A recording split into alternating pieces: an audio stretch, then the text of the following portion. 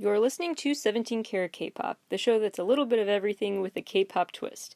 Visit 17caratkpop.weebly.com for more information about the show.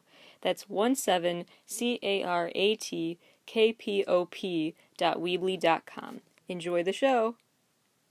Quick programming note, there are a few parts of this interview where it sounds like my guest and I were talking over each other, and I apologize for that. The audio saved in a weird way that made it sound like our voices were layered and cutting each other off, but that's just in a few moments of this interview, but just a heads up, that's an audio issue. It's not with your device that you're listening to this on. The issue is my recording equipment, and I apologize for that.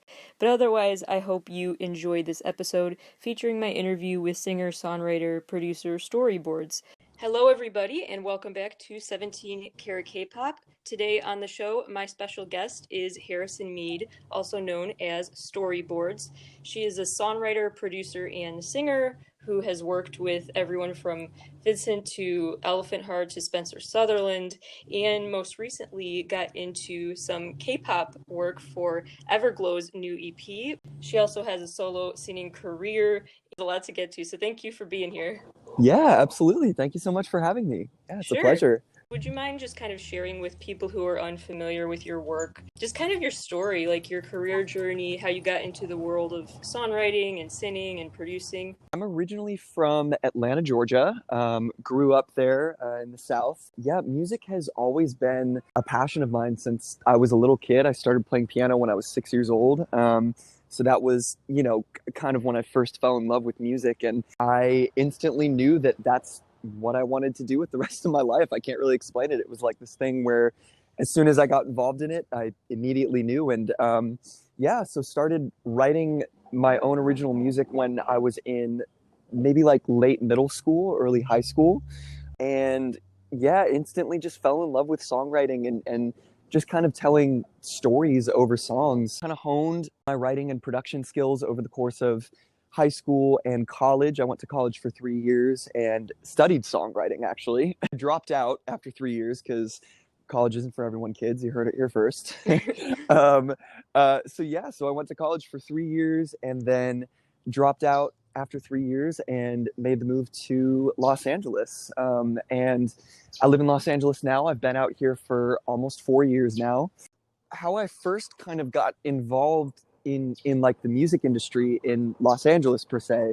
So when I first moved out here, I had an internship at a recording studio in West Hollywood. And it was sort of this thing where in exchange for interning I had a couch to sleep on.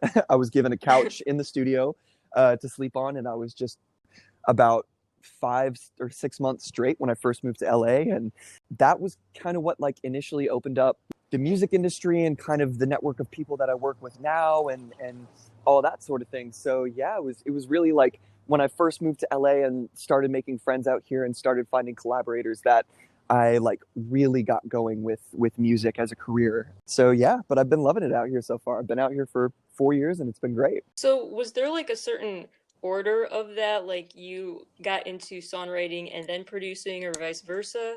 So, and I actually have my dad to thank for this. Shout out to my dad. So he gave me a laptop with just some basic cheap production software on it when I was maybe like 10 or 11 years old. Yeah, from a very young age, I was kind of like, I mean, the music was like, don't get it twisted, the music was awful for a very long time. But, from a very young age, I was, playing around with computer recording software and just kind of falling in love with like that element of music too, just like the production side as well as the writing side. I think I started writing before I started producing, but it was originally more just centered around piano, like piano solos and stuff. I didn't start writing like lyrics and melodies until I was maybe in middle school or high school. So yeah, it was kind of like all around the same time that I started doing both. So when you moved to Los Angeles, did you kind of have were you kind of in the headspace of I want to like work on these songs behind the scenes, or did you already have like solo career ambitions you were hoping to work on? So it's always been a little bit of both for me, honestly, because I love doing both. I love being the artist and having the solo artist project and expressing myself in that way. And I feel like there's certain ways that I can express myself through that I can't in expressing myself when I'm writing for other people. I love both equally, honestly. Like I get just as much of a rush, producing or writing a song for another person and, kind of helping them tell their story than I do, working on my own stuff. So, yeah, I mean, when I first moved to LA, I think it was definitely kind of, I was more focused on my solo artist project than I am now. Now it's kind of more, at least recently within the past few months, I've been doing a lot more writing and production for other artists. But yeah, it's kind of like a push and pull. It like always changes. There will be seasons where I'm like really going in on my artist project, and then there will be seasons where I'm working on a lot more stuff for other artists. And yeah, I'm cool with both because I love doing either. There's a lot of confusion or just misconceptions about like the actual songwriting process and like Mhm. time in the studio. You kind of walk through like how that works because I think it's more collaborative than people realize. Yeah, totally, totally. Honestly, that's the most fun part about it, to just work with some really amazing people, and just learning from them. And yeah, and I mean the cool thing too is it's different every time. Depending upon who you're working with, what artist you're writing for, where you're working, all of those factors can play into like how the session goes. But usually the way that it goes is the session will start with maybe me or one or two other writers in the room. Honestly, like a lot of times how a session starts is we'll just talk about life, talk about where we're all at in life, which is kind of my favorite part of the session because that often serves as inspiration for the song that's written that day in that session. Oftentimes it'll be people will be talking about where they're at in life and what they're going through, and every once in a while it'll be like somebody will say a phrase and it's like, ooh, that sounds like a lyric or something like Mm-hmm. that, where it's like, oh wow, like that's really dope, I love that idea, like let's turn this into a song. So yeah, I mean the actual like creation process of the song is different every time because sometimes it starts with a track. Sometimes a writer will come into a session with a really dope melody that just popped into their head out of nowhere. And they're like, hey, we should write a song with this melody in it.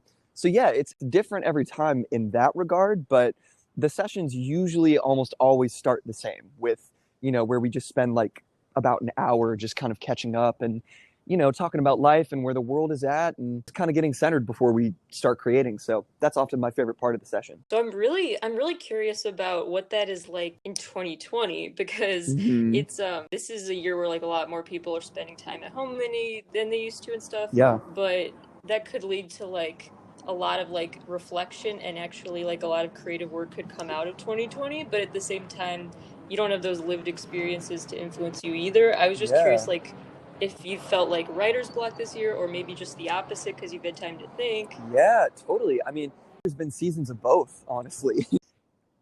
Oftentimes most of the time when I'm writing a song, it's coming out of a lived experience, out of things that have happened in my life and where I'm at and all that stuff. So yeah, it's definitely been an interesting year as far as like creativity goes and that sort of thing because yeah, I mean, towards the beginning of quarantine, like when lockdown first happened and all of that was happening, Mhm. maybe around like March or something like that. Um, Yeah. and it's interesting. I feel like I've talked to so many writers and producers in LA who have had the same experience as I did, where quarantine kind of hit in the beginning of quarantine. We were kind of just in this limbo of okay, what do we do now? You know what I mean? Like Mhm. everything's shut down, everybody's inside. We can't do sessions in person anymore. So, there's no more going to a studio and meeting up with three of your best friends and having a blast writing a song. Like that's just not happening, because Yeah. everybody's quarantined and isolated and all that stuff. So, yeah, there was about a month period where towards the beginning of quarantine, I was just not feeling inspired, honestly, like at all. There was a Mhm. period of maybe 2 to 3 weeks where I didn't write a single lyric and I didn't write anything because I was kind of in this headspace of I don't want to try to force my nose onto the grindstone. I don't really feel inspired to write about anything. Like there's nothing that I was feeling super inspired to write about because there wasn't really anything happening in my life and where the state of the world was and still is at.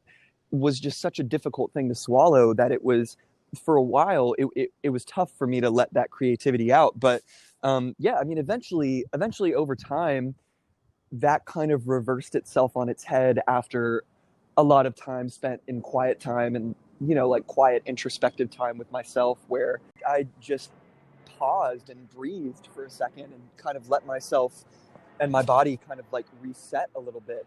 Once I did that, that was kind of when the creativity started flowing again, and I started realizing, oh, what an incredible opportunity I have. Like, I'm at home with nothing else to do. My studio's at home. That's mainly from where I work at. I was like, you know what? This is a great time to create. And yeah, eventually after a few months, started getting back into creating, and the past few months have been really great. It's we have, like you said, we have a lot more time on our hands now. Life isn't as crazy. I'm not going as many places anymore, so I have a lot more time to just sit in the studio and focus and work on what I want to work on. And yeah, it's definitely kind of like turned itself on its head towards the past few months, but it was difficult towards the beginning of quarantine, definitely. And I feel like every creative shared that, to some extent. You start out a session usually like pretty like casual and just like an open conversation. Mhm. I mean, I feel like that's a really hard vibe to like have over Zoom or something. But what have you been, in terms of like your typical collaboration? Like, have you just been like doing a lot more on your own, or are you trying to make it work on video chats? Or Yeah, so I've done a few Zoom sessions. They get the job done, but it's not the same. It's not the yeah. same as being in the studio. And a lot of what makes a session happen the way it does is feeding off of each other's energy. Feeling each other's energy in hmm the studio and just kind of vibe. And then your guard's down more, Yeah, maybe. totally. It's a very vulnerable state to be in, especially if you're writing a song that's, about something that's difficult that you're going through in your life. Or so Mhm. yeah, it's just not the same over Zoom. But come to the studio and cut a vocal or whatever, and then I'll work on the track when they're not in the studio, and we'll get back together and work a little bit more. So we're making it work. We're making it happen. So people are actually going to recording studios still. They're just like spreading it out their time there differently. Yeah, definitely. And I mean, it's one of those things where I haven't had a session with more than three people total in the session in a while. Sometimes you'll get in bigger sessions where there's more people in the room, or you'll have label people in the room, or A&Rs, or the artist's team or whatever. That's not really happening as much right now, just because I feel like people are still a little bit spooked out about working in person. So it's kind of like slowly trickling back into people working together in person and not just over Zoom. So Yeah, I'm going to totally show my ignorance about the songwriting world here, but I'm just curious if there's like, so this may, I don't even know how to, if I'm wording this question right, but like, are people saying artists are requesting like more happy tunes, or they really want like less, just somber songs, or they want you to write more upbeat stuff? I'm just curious if like the 2020 vibe is changing like what you're assigned to write, if you yeah, are. yeah, no, totally.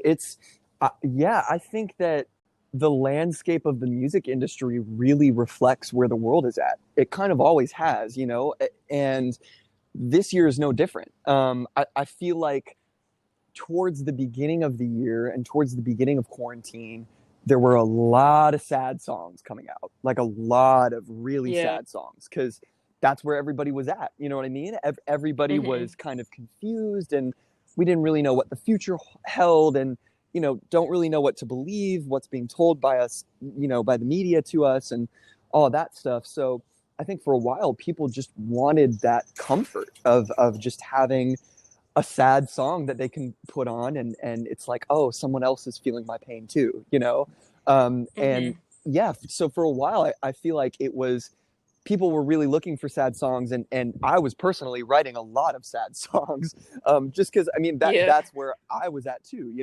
I feel like everybody's been in a similar place. So in the past few months though, I feel like people are getting a little tired of sad songs, honestly. Like I feel like hmm now people are kind of more in a place where they just want this like escapism, um, to hmm to some extent. And you mentioned Vincent earlier. We've actually been working on some songs where his whole new vibe that he's going for is just like escapism.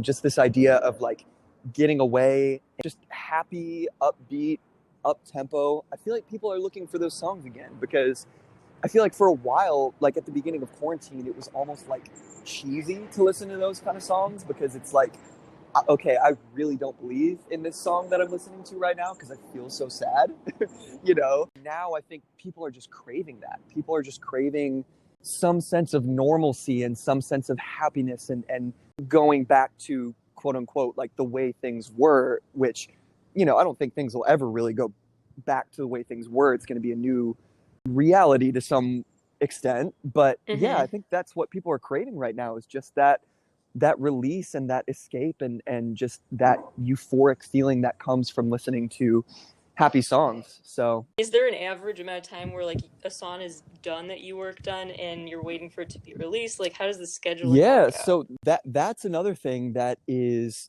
every situation is completely unique. Solely depends upon the artist that you're working with and the team that they have behind them. If I'm working with a major label, like an artist that's signed to a major label, oftentimes it does take longer with major labels to release songs because when you have a major label in the picture, oftentimes there's a whole promo and marketing campaign that's involved that they have to plan out months in advance. And, you know, but that's just an overgeneralization. I mean, you know, there have been, I mean, I've experienced everything from, so one of my first sessions in LA, which was maybe 3.5 years ago, I wrote a song with this artist that we didn't end up doing anything with it. We liked the song, but it was just kind of sitting in our Dropbox for 3 years. And then this year, Netflix hit us up and they were like, hey, we're interested in this song for this movie and we want to place this song in this movie.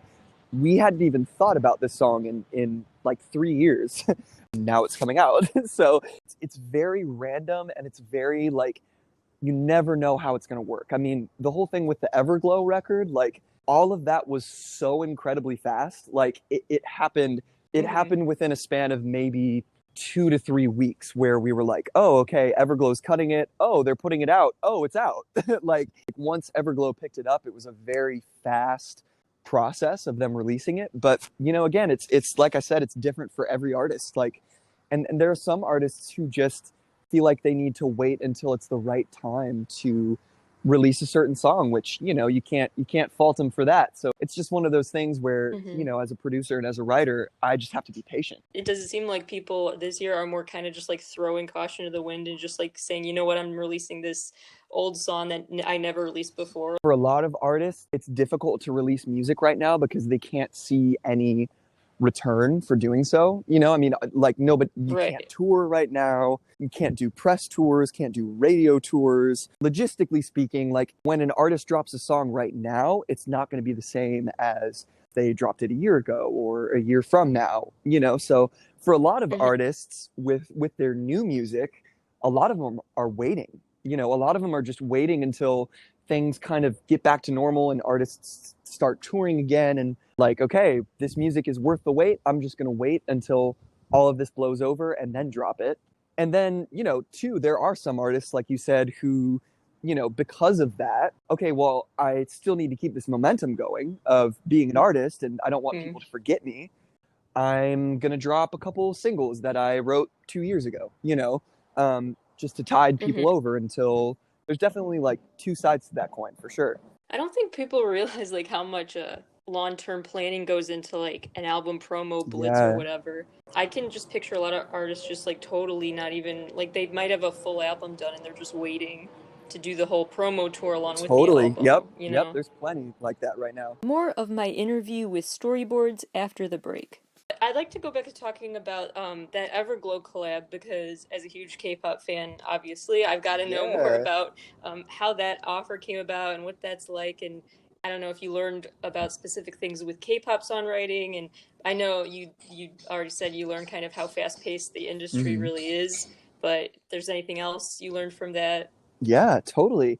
Well, so this was my first time ever working on a K-pop song. I had never written a K-pop song before. I've kind of always been a fan of K-pop. I love K-pop music and the artists behind it, and I had never really gotten a chance to work in that industry until this year.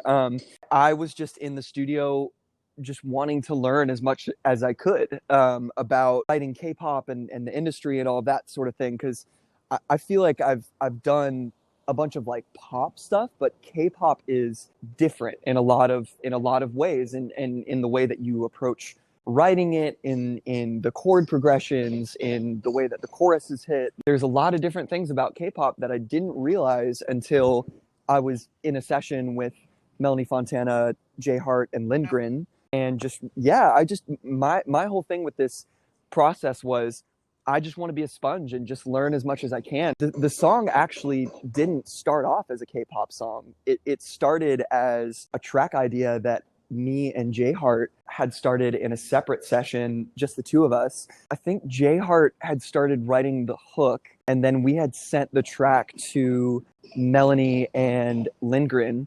And then from then on is when it became a K-pop record. Yeah, it was definitely like a learning process. I feel like I learned so much just from working on this song, and like learning from, you know, people like Melanie and Jay who have had a lot more experience in the K-pop industry than I have. So yeah, it was such a fun time. I really enjoyed it.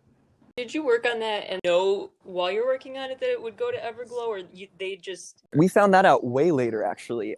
So timeline wise, I think Jay Hart and I started the song in maybe late January of this year, I think. And then we sent it to Melanie and Lindgren early February. And then the session that we had where we wrote like the whole song and finished it all out was Super Bowl Sunday, actually. It was on Super Bowl Sunday. Yeah. We didn't really know who it was going to be for.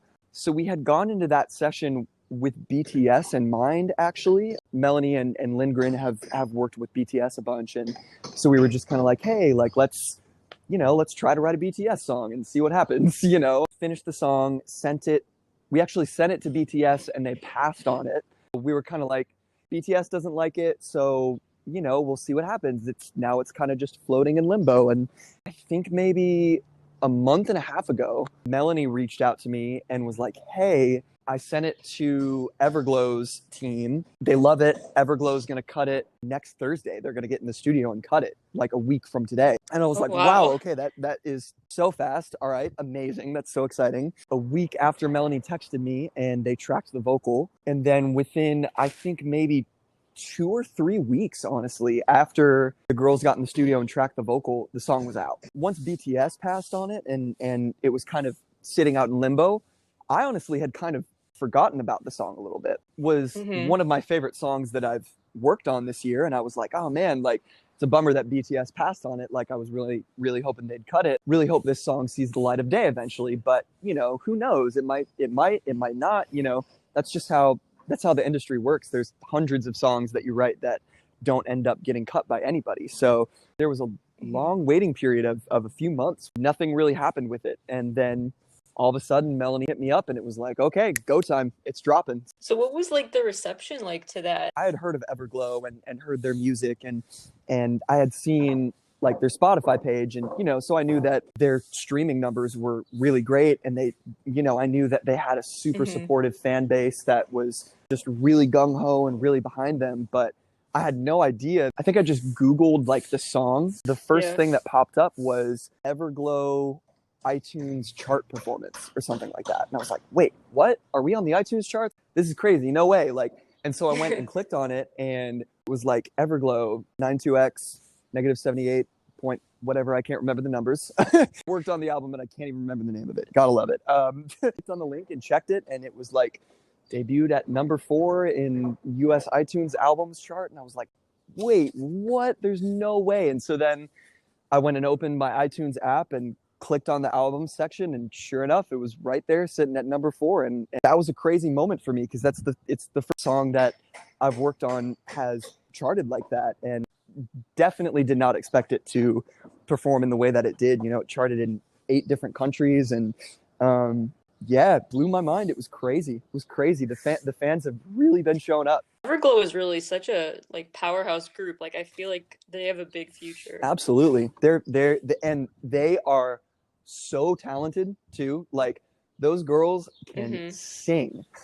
they have got pipes. I was blown away when we got the first cut of when they tracked the vocals on it and we got the first take of it, I was like, Mm-hmm. yes, this is perfect. Like work with other K-pop stars in the future and write more K-pop? And if so, like, are there certain artists you have in mind that you'd really love to write Yeah, for? totally. I mean, I feel like I definitely caught the bug by working on this project. It was so much fun. I really enjoyed it a lot. I mean, just a few that come to mind. I love Twice. I would love to work with Twice. I think they're amazing.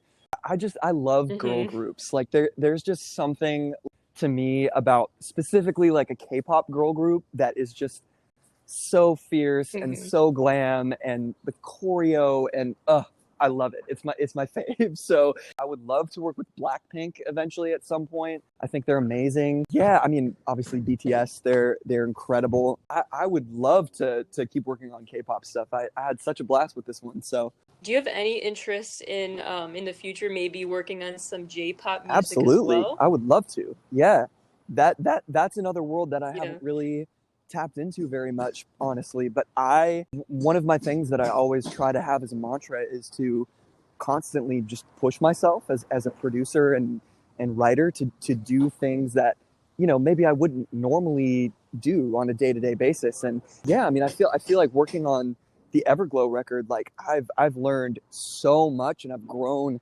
so much from working on that record. And yeah, I would love to expand my horizons and work in J-pop and continue working in K-pop. I've had a blast doing it. So I know you said you learned like a lot from them in the studio working on the K-pop, but I'm just wondering like if there's one major takeaway you could sum up that you like learned from that experience, what would it Hmm. be? Well, honestly, I mean, I think one big thing that I learned from it was just to go with my gut when writing melodies and doing that, Mm-hmm. because oftentimes what happens when you're writing a regular pop song is, if I come up with a melody that's like all over the place and really crazy and has a lot of syllables or whatever, it's often something where you want to dumb it down so that it's easier to sing along with and that people can latch on to Mm-hmm. easier. But with K-pop, it's different. K-pop is very, I mean, the Korean language it's very, it's almost like percussive in a sense. Writing for K-pop, it's kind of a whole different world of like, I mean, specifically with this Everglow record, the melodies are just so busy and so all over the place, but are beautiful melodies and ended up working really well with the song. And there were a lot of things where in the session, like Melanie would come up with a melody and I would just be like, wow, that is not what I would have done off rip. That's not what I would have thought of. And I would have thought that would be too busy, but it's perfect for a K-pop record, if that makes sense. You know what I mean? Like, tend to be a lot more, yeah, like I said, like percussive in the melody and like really intricate like melodies and rhythms and all that sort of thing. So yeah, I think the main thing that I learned was just to kind of trust my gut with that kind of stuff and not shut it down when I come up with some sort of melody that's all over the place and really busy and because it really can work at the end of the day. So I do want to spend a little bit of time talking about yeah, your sure. personal solo music. I love pretty much all genres of music. I pull from a lot of different places, but it's definitely still a very pop sound.